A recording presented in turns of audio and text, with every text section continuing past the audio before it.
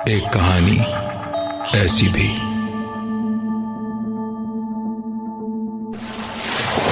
मुंबई, वो शहर जहां लोग आंखों में सपने बसाए आते हैं। दिन की रोशनी और रात की चकाचौंध हमेशा ना इस शहर को जिंदा रखती है।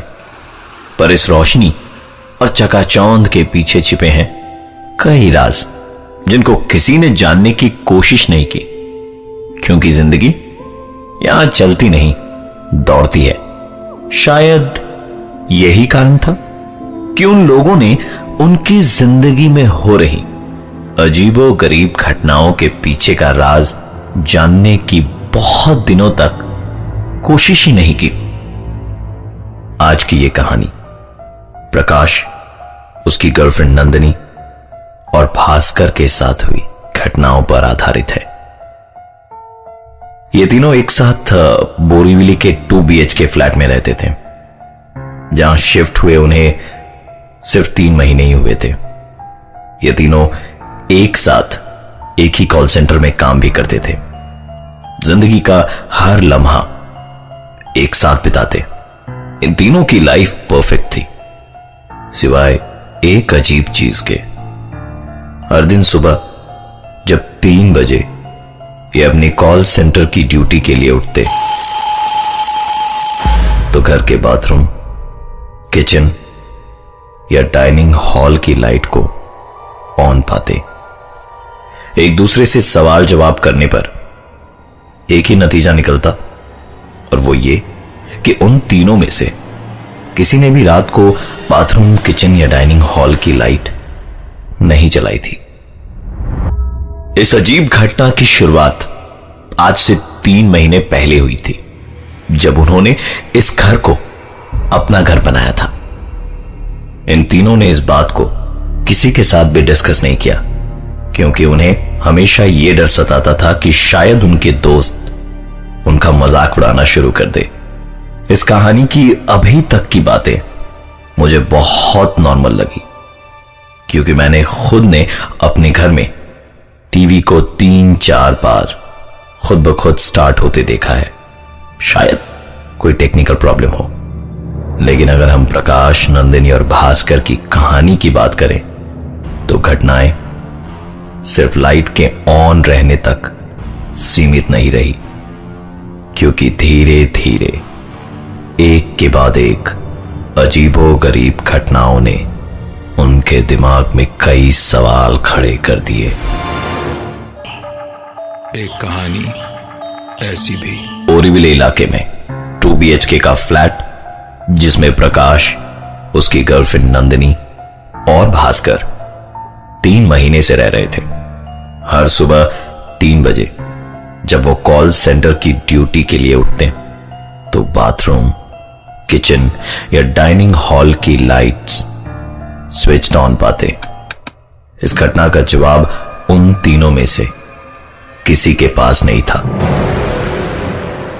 शाम करीबन 5 बजे ये तीनों अपने काम से लौटते थे, और शाम ठीक 6 बजे घर का काम करने वाली बाई भी पहुंच जाती। कभी कभार इस बाई के साथ उसका बच्चा भी आता, जो पूरे घर में खेलता रहता और उनके सामानों से छेड़छाड़ करता रहता। मुंबई शहर में बाई मिलना बहुत मुश्किल है, और इसलिए शायद वो बाई के इस बच्चे के सारे नखरों से परेशान होते हुए भी अपनी तरफ से कोई आपत्ति नहीं जताते थे। एक दिन तो हद ही हो गई। प्रकाश और नंदिनी जब घर लौटे, तो पाया कि बाई का बेटा उनके घर के ड्राइंग रूम में खेल रहा है। उन्हें लगा शायद बाई उस दिन जल्दी काम पर आ गई, लेकिन आश्चर्य की बात तो यह थी कि बाई उन्हें सारे घर में कहीं भी नजर नहीं आई। उन्हें लगा शायद अपने बच्चे को उनके घर पर खेलने के लिए छोड़कर बाई बगल वाले शर्मा जी के यहां काम करने चली गई होगी।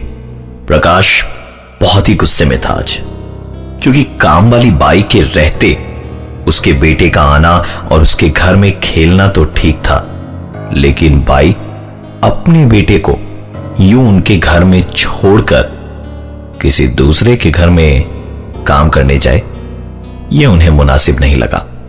करीबन 1 घंटे इंतजार करने के बाद प्रकाश और नंदिनी बगल वाले शर्मा जी के घर गए काम वाली बाई के बारे में पता लगाने।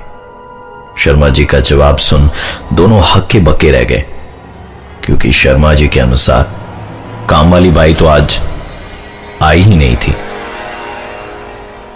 एक अजीब सी कश्मकश में दोनों अपने दिमाग में सवालों की लड़ी लिए वापस अपने घर की ओर लौटे, लेकिन इस बार आश्चर्यजनक रूप से पूरे घर में वो बच्चा उन्हें कहीं भी नजर नहीं आया।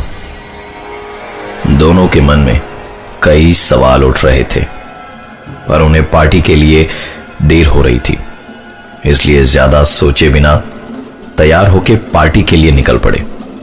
रात करीबन 8 बजे ओवरटाइम करने के बाद भास्कर घर लौटा और उसे इस पूरे इंसिडेंट के बारे में कुछ भी पता नहीं था। आपको क्या लगता है, घर लौटने के बाद भास्कर ने क्या देखा होगा?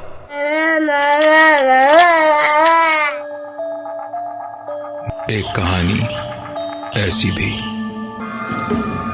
प्रकाश और नंदिनी ने अपने घर में काफी अजीबो गरीब चीज नोटिस करने के बाद सब कुछ पीछे छोड़ शाम की पार्टी के लिए अपने घर से निकल पड़े। ओवरटाइम करने के बाद भास्कर करीबन 8 बजे रात को अपने घर पहुंचा। भास्कर ने घर का दरवाजा खोला तो पाया कि हमेशा की तरह बाथरूम की लाइट जली हुई थी। उसने लाइट स्विच ऑफ करना जरूरी नहीं समझा, क्योंकि उसे तभी नहाने भी जाना था।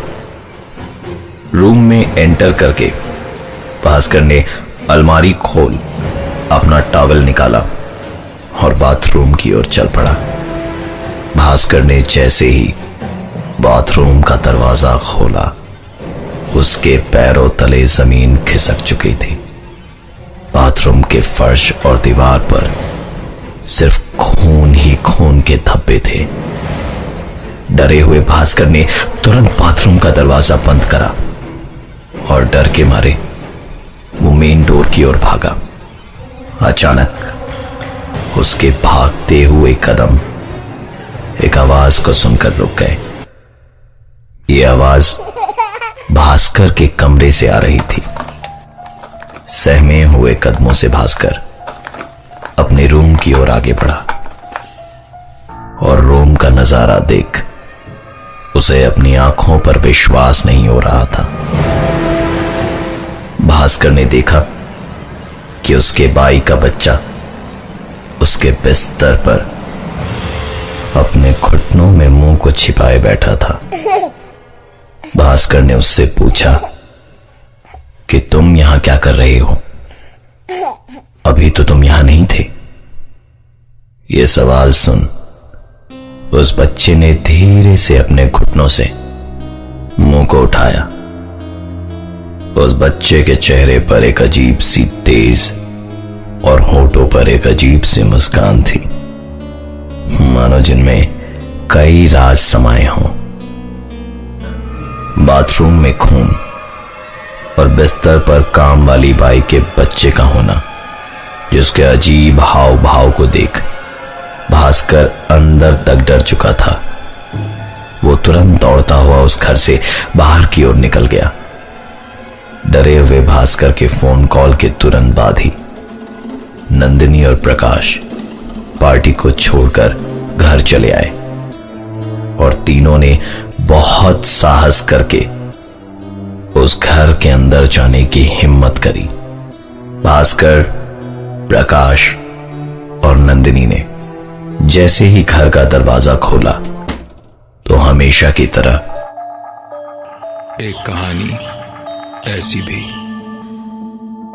किसी घर में लाइट का अपने आप ऑन होना शायद इलेक्ट्रिकल फॉल्ट के कारण हो, लेकिन बाथरूम में चारों तरफ खून के छींटे और बहुत ही अजीब सी परिस्थिति में काम वाली बाई के बच्चे का उनके घर में मौजूद होना और दूसरे ही पल उसका गायब हो जाना प्रकाश, नंदिनी और भास्कर के दिमाग में सवालों का तूफान खड़ा कर रहा था।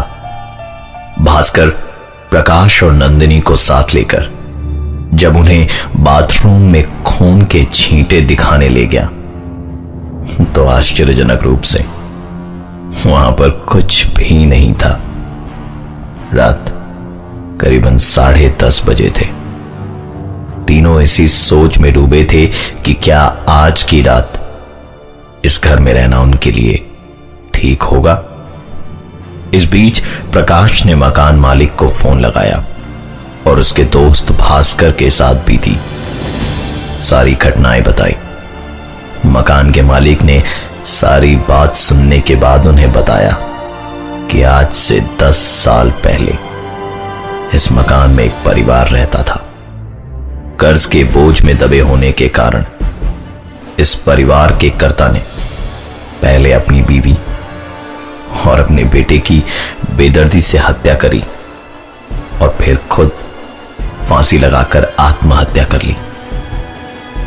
ये सब जानने के बाद वहां रहना तो दूर, उस घर में एक एक पल गुजारना भी प्रकाश, नंदिनी और भास्कर के लिए बहुत भारी पड़ रहा था। बाथरूम में खून देखने की घटना को शायद मन घड़त मानने के बावजूद भी हम उसे आज से 10 साल पहले घटी घटना से जोड़ सकते हैं, लेकिन काम वाली बाई के बेटे का विवादास्पद रूप से उनके घर में मौजूद होना और अचानक से गायब हो जाना, इसका कारण किसी को भी मालूम नहीं था। जैसे तैसे आज की रात प्रकाश, नंदिनी और भास्कर ने उस घर में गुजारी और सुबह होने का इंतजार करने लगे, क्योंकि उन्होंने फैसला ले लिया था कि सुबह होते के साथ ही वो इस घर को छोड़ कहीं और शिफ्ट हो जाएंगे। अगले दिन जब काम वाली बाई उनके घर आई तो प्रकाश, नंदिनी और भास्कर तीनों उस पर टूट पड़े। एक के बाद एक सवालों की बौछार करने लगे, उसके बेटे की अजीबोगरीब हरकतों पर और विवादास्पद स्थिति में उसके बेटे की मौजूदगी पर। 5 मिनटों तक स्तब्ध रहने के बाद कामवाली ने अपनी चुप्पी तोड़ी और बस एक ही चीज कही कि उसके पास उनके सवालों का कोई जवाब नहीं है, क्योंकि उसका तो कोई बेटा ही नहीं है। और ये थी आज की एक कहानी ऐसी भी। एक कहानी ऐसी भी।